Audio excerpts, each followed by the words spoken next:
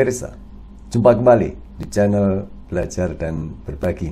Video kali ini kita akan belajar mengenai faktor-faktor yang perlu diperhatikan pada saat kualifikasi instalasi sebagai salah satu tahap validasi. Definisi validasi berdasarkan ISO 9000 versi 2015 yaitu konfirmasi melalui penyediaan bukti objektif bahwa maksud penggunaan atau aplikasi tertentu sudah dipenuhi.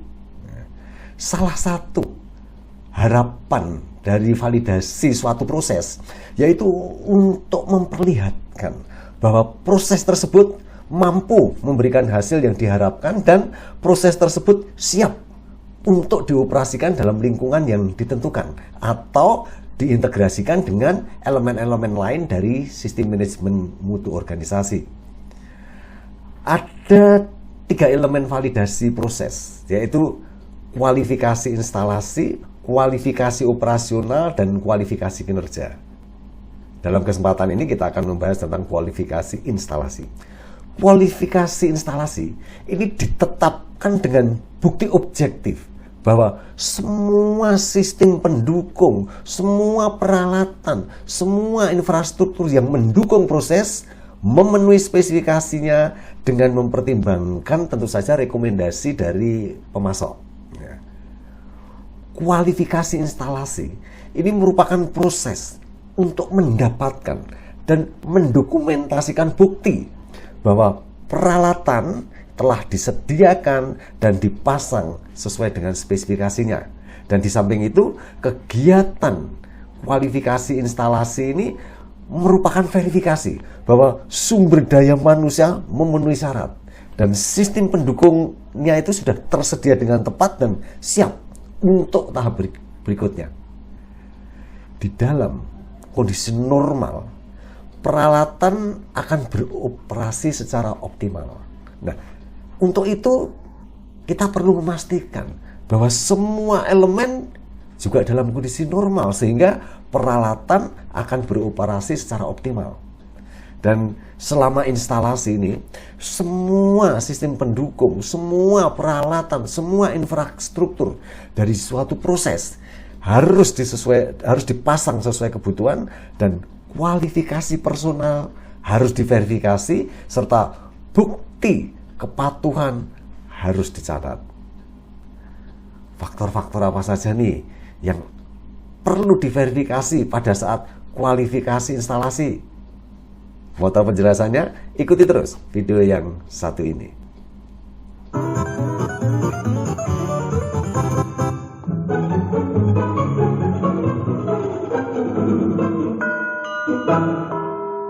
Pemirsa, aktivitas kualifikasi instalasi harus ditetapkan, didokumentasikan, dan dicatat. Tim validasi ini perlu menyusun protokol kualifikasi instalasi. Sebagai apa? Sebagai seperangkat aturan yang menggambarkan cara kegiatan pengujian yang akan dilakukan. Dokumentasi ini berfungsi sebagai bukti bahwa kualifikasi instalasi telah direncanakan dan dilaksanakan. Nah, untuk membahas faktor-faktor apa saja nih yang perlu diverifikasi pada saat kualifikasi instalasi, tentu saja saya dibantu berbagai referensi. Salah satunya antara lain adalah ini, a complete guide to quality management in the medical device industry. Ya. Mari kita bahas satu persatu. Yang pertama, verifikasi mengenai identifikasi dokumentasi. Semua dokumentasi yang diperlukan untuk instalasi, untuk pengujian, dan juga untuk kegiatan pemeliharaan ini perlu diidentifikasi dan diverifikasi.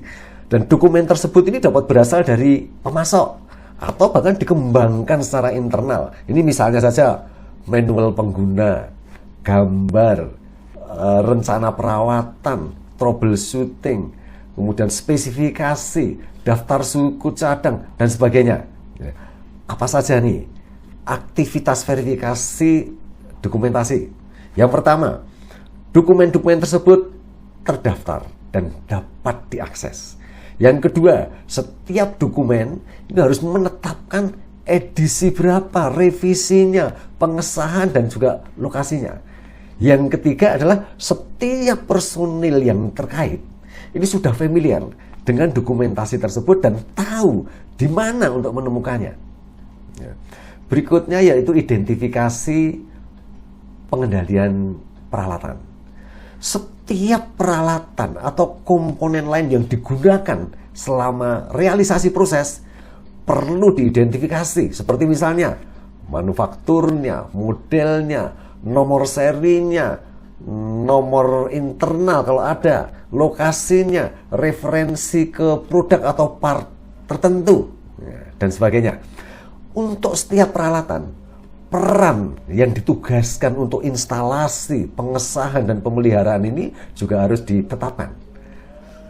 Elemen-elemen tersebut ini sebaiknya direview, ditinjau sesuai dengan kriteria penerimaan, kemudian disetujui untuk dapat digunakan.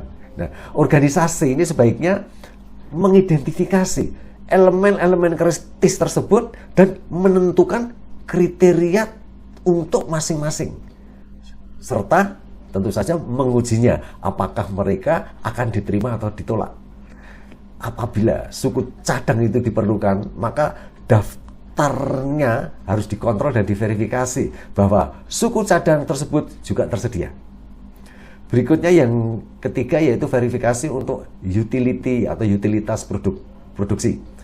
Semua utilitas penting yang diperlukan untuk pengoperasian peralatan ini perlu juga ditentukan, ditinjau, dan didokumentasikan. Misalnya apa saja? Misalnya tegangannya, tekanan airnya, tekanan udara, suhu, tenaga hidrolik, dan sebagainya. Nah, utilitas ini ditetapkan sesuai dengan spesifikasinya. Nah, utilitas ini harus ditinjau kinerjanya sesuai dengan kriteria penerimaan yang sudah ditentukan dan disetujui untuk dapat digunakan. Apa saja nih yang harus dilakukan terhadap utility atau utilitas? Yang pertama, identifikasi utilitas kritisnya. Kemudian menentukan kegiatan instalasi untuk masing-masing utilitas. Yang ketiga, menetapkan cara pengujian dan kriteria penerimaan. Yang berikutnya, yang keempat, yaitu verifikasi tentang sumber daya manusia. Sumber daya manusia yang berpartisipasi dalam kegiatan instalasi dan pemeliharaan harus diidentifikasi dan disetujui. Apa saja yang harus dipastikan? Yang pertama, personil harus kompeten untuk melakukan kegiatan. Yang kedua, personil sudah terbiasa dengan proses dan kegiatan instalasi atau pemeliharaan, serta tentu saja memenuhi pengujian dan kriteria kegiatan instalasi dan atau pemeliharaan. Yang ketiga, personil sudah familiar dengan catatan yang diperlukan. Berikutnya yang verifikasi yang kelima tentang lingkungan kerja. Semua elemen lingkungan kerja yang terkait dengan proses ini juga harus diidentifikasi, didokumentasikan, dan dikualifikasi. Semua elemen lingkungan yang diperlukan ini diverifikasi bahwa dia telah dipasang dengan tepat dan juga akan menyediakan lingkungan kerja yang optimal untuk mendukung proses. Nah, untuk memastikannya apa yang diperlukan? Yang pertama, memverifikasi bahwa pemasangan dilakukan sesuai dengan spesifikasi yang telah ditentukan. Yang kedua, menetapkan dan menerapkan prosedur atau instruksi kerja mengenai lingkungan kerja. Misalnya, prosedur pembersihan, instruksi perilaku karyawan, rencana pemeliharaan, dan sebagainya. Yang ketiga, verifikasi bahwa semua kontrol yang diperlukan telah dipasang dengan tepat. Misalnya, jumlah partikel, pengukuran suhu, kelembaban, dan sebagainya. Berikutnya yang keenam, ini verifikasi tentang tindakan keselamatan dan alarm.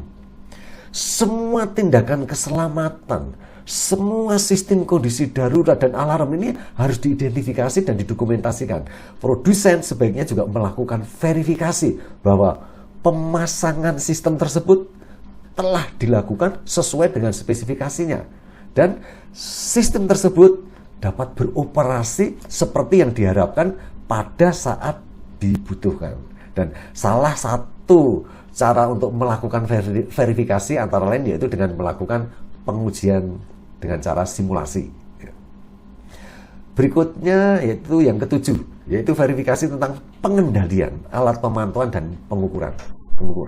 Semua alat pemantau dan pengukur yang digunakan di dalam kegiatan instalasi ini seharusnya juga dikontrol, yaitu harus diidentifikasi, dikalibrasi sesuai dengan standar yang telah ditentukan, dipelihara, dilindungi, dan dijaga.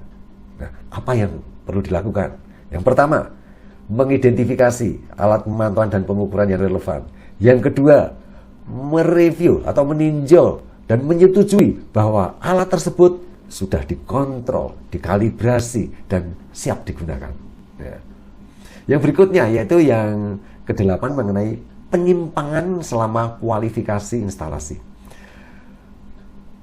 Penyimpangan pada prinsipnya adalah ketidaksesuaian. Misalnya nih, ketidaksesuaian terhadap spesifikasi peralatan tidak dipenuhi. Nah, setiap penyimpangan ini harus dievaluasi keparahannya dan dampaknya terhadap produk. Ketika penyimpangan ditemukan dan diperbaiki, maka perlu dilakukan validasi ulang. Ini sesuai dengan yang ditetapkan di dalam rencana validasi. Nah, namun jika penyimpangan ini dapat diterima dan disetujui, maka penerimaan ini juga perlu adanya justifikasi. Dan kalau sudah dijustifikasi dan diterima, tentu saja validasi lebih lanjut mungkin tidak diperlukan. Ya. Berikutnya yang ke-9 yaitu mengenai pengesahan kegiatan kualifikasi instalasi. Jadi produsen ini harus meninjau dan memutuskan apakah hasil dari kegiatan kualifikasi instalasi ini telah mencapai tujuannya. Ya. Yang pertama, semua tes telah dilakukan dan memberikan hasil yang memuaskan. Yang kedua, semua dokumentasi sudah tersedia semua. Yang ketiga, misalnya, semua catatan sudah diselesaikan dan tersedia. Yang keempat, misalnya, semua kriteria telah dipenuhi.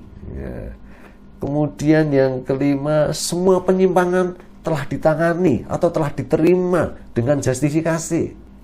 Yang keenam, persetujuan akhir tahap kualifikasi instalasi bahwa sistem siap untuk proses selanjutnya dan sebagainya. Ya. Berikutnya yang ke-10 tentang catatan dari kegiatan kualifikasi instalasi. Catatan pelaksanaan pengujian dan hasilnya serta pengasahannya harus dikendalikan. Kemudian yang ke-11 mengenai validasi ulang. Kapan validasi ulang dilakukan? Yang pertama, apabila suatu servis atau pemeliharaan atau perbaikan yang cukup besar dilakukan pada mesin atau peralatan. Yang kedua, misalnya pada saat ada alat produksi atau mode produksi diubah. Kemudian misalnya ketiga, itu apabila ada tren yang buruk mengenai kinerja peralatan tersebut. Kemudian bisa juga misalnya proses dipindahkan ke lingkungan atau ke proses atau ke fasilitas lain. Yang kelima, misalnya pada saat ada penggantian suku cadang yang penting dan sebagainya. Ya, berikutnya tentang rekualifikasi instalasi. Produsen alat sebaiknya juga mengidentifikasi situasi di mana kondisi pemasangan ini dapat mempengaruhi proses. Dengan mengidentifikasi situasi di mana pemasangan dapat mempengaruhi proses, maka organisasi dapat menentukan perlu tidaknya melakukan rekualifikasi instalasi. Ya, demikian tadi kita telah belajar mengenai faktor-faktor yang perlu diperhatikan pada saat kualifikasi instalasi sebagai salah satu tahapan dari validasi ya. Semoga bermanfaat. Jumpa kembali di video selanjutnya dengan topik yang berbeda. Sampai jumpa.